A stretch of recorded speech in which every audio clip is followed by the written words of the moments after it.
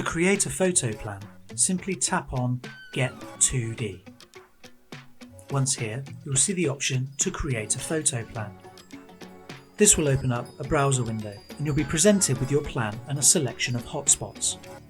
You can drag these hotspots onto your plan. Once you've dragged a hotspot, you can select Browse.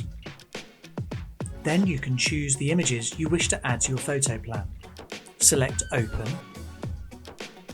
and then select Upload. You can select multiple images at the same time and all of your images will be queued to the right hand side with the particular hotspot you initially chose.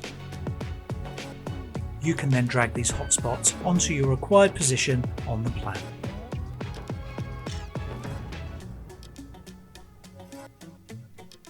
Once added to the ground floor, you can do the same for the other floors of your plan. Simply drag a hotspot and select Browse.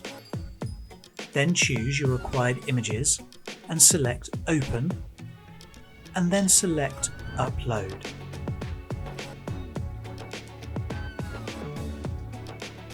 Once again, your images will be queued to the right hand side of your plan and you can position them where you need.